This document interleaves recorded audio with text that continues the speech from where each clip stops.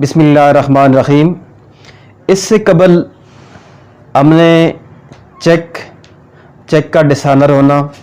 اور اس کی سزا کے بارے میں بات کی۔ آج کا جو ہمارا موضوع ہے وہ ہے کہ جو چیک ڈسانر ہوتا ہے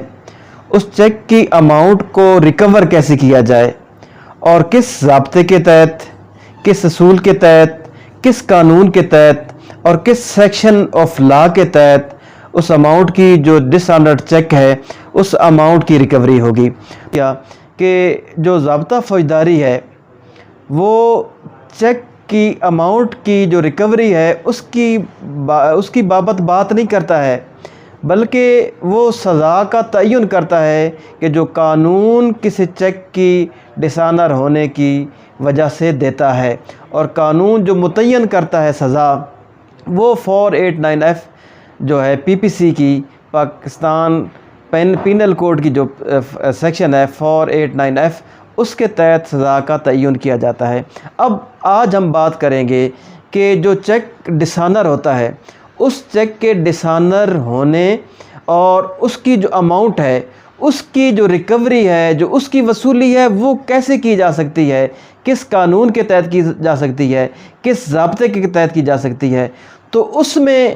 جو میں عرض کروں گا وہ یہ ہے کہ ضابطہ دیوانی ہے۔ ضابطہ دیوانی کا آرڈر 37 ہے، وہ طریقہ کار دیتا ہے کہ کس طرح ہم جو ڈسانر چیک ہوتا ہے اس ڈسانر چیک کی جو اماؤنٹ ہوتی ہے وہ ہم ریکور کر سکتے ہیں۔ تو اس کا میں عرض کرتا ہوں کہ آرڈر جو 37 ہے ضابطہ دیوانی کا، سی پی سی کا یعنی ضابطہ دیوانی کا جو آرڈر 37 ہے وہ موڈ، وہ طریقہ اور وہ پروسیجر دیتا ہے کہ کیسے ہم کسی چیک کی جو ڈسانر ہوتا ہے اس کی اماؤنٹ کو ریکور کر سکتے ہیں۔ تو وہ طریقہ کار کیا ہے؟ سب سے پہلے تو وہ طریقہ کار یہ ہے کہ وہ جو بتاتا ہے آرڈر 37 رول 1، تو وہ یہ بتاتا ہے کہ اس کا جو اطلاق ہے کس کس کورٹس پہ ہوگا۔ دعویٰ آپ دائر کریں گے، وہ دعویٰ اپنی نوعیت کے لحاظ سے سمری ٹرائل کا ہوگا، یعنی وہ ایک لینتھی جو پروسیجر ہے، جو ایک لمبا دیوانی دعووں میں طریقہ کار ہے، وہ طریقہ کار نہیں ہوگا، بلکہ جو چیک کے ڈسانر ہونے کا دعویٰ ہوگا وہ اپنی نوعیت کے لحاظ سے سمری ٹرائل ہوگا۔ اور وہ کس کورٹ میں ہوگا؟ وہ جو دعویٰ آپ دائر کریں گے چیک کے ڈسانر ہونے کا اور اس کی اماؤنٹ کی ریکوری کا، وہ سیشن کورٹ کی جو عدالت ہے، جو سیشن کورٹ ہے وہاں پہ آپ دائر کریں گے، اس کو اختیار سماعت حاصل ہے، یا ایڈیشنل سیشن جج صاحب جہاں پہ بیٹھتے ہیں ان کی کورٹ کو یہ اختیار حاصل ہے۔ اب جو آرڈر 37 رول 2 ہے وہ بتاتا ہے کہ یہ جو دعویٰ ہے یہ کیسے دائر ہوگا۔ تو اس میں وہ کہتا ہے 2 جو ہے اس کا رول 2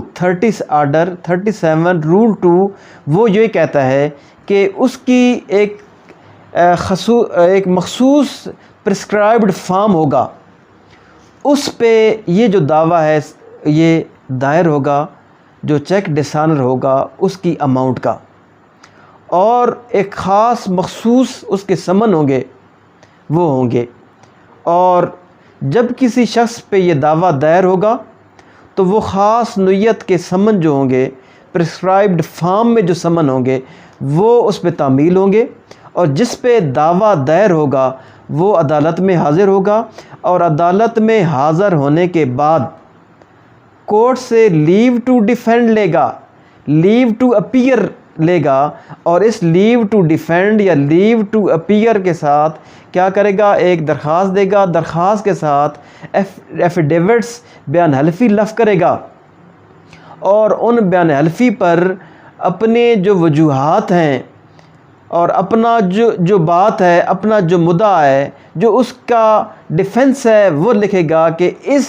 وجہ سے مجھے اس دعوے میں جو پیش ہونے کی، اس دعوے کو پرسو کرنے کی، اس دعوے کو پیروی کرنے کی، اس دعوے کو چلانے کی، اس دعوے میں حاضر ہونے کی مجھے اجازت دی جائے۔ اب کورٹ کیا کرے گی؟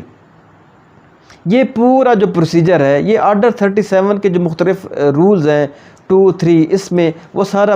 لکھا ہوا ہے، سارا بتایا ہوا ہے۔ تو اس کے تحت اب کورٹ کیا کرے گی؟ کورٹ دیکھے گی کہ اگر جو وہ وجوہات بیان کر رہا ہے، جو باتیں اپنے ایفیڈیوٹس میں بیان کر رہا ہے، یہ رول 3 جو ہے وہ اس کو ڈیل کرتا ہے۔ تو جو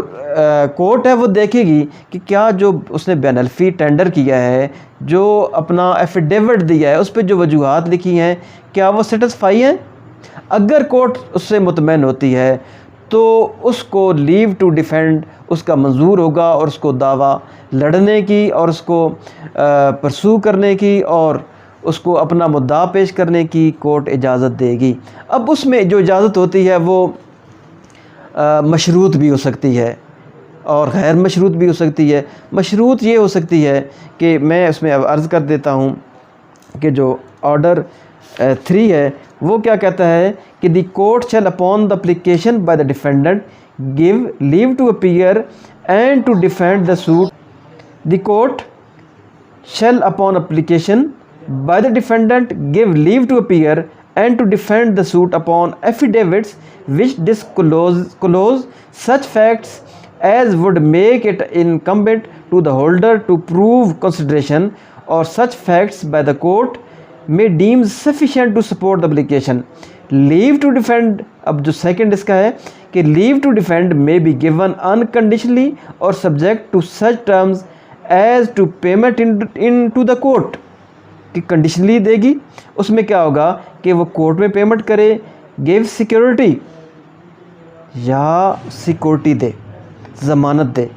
تو جو لیو ٹو ڈیفینڈ ہے وہ انکنڈیشنلی بھی ہو سکتا ہے، غیر مشروط بھی ہو سکتا ہے، اور مشروط بھی ہو سکتا ہے۔ کورٹ اسے اجازت تب دے گی جب وہ اس میں یا تو سیکورٹی دے یا اس میں اماؤنٹ جو ہے وہ کورٹ میں جمع کرائے، تو تب اسے لیو ٹو ڈیفینڈ کی اجازت ہوگی، لیو ٹو ڈیفینڈ اسے ملے گا اس دعوے میں۔ تو جیسے میں نے پہلے عرض کیا، تو یہ طریقہ کار ہے،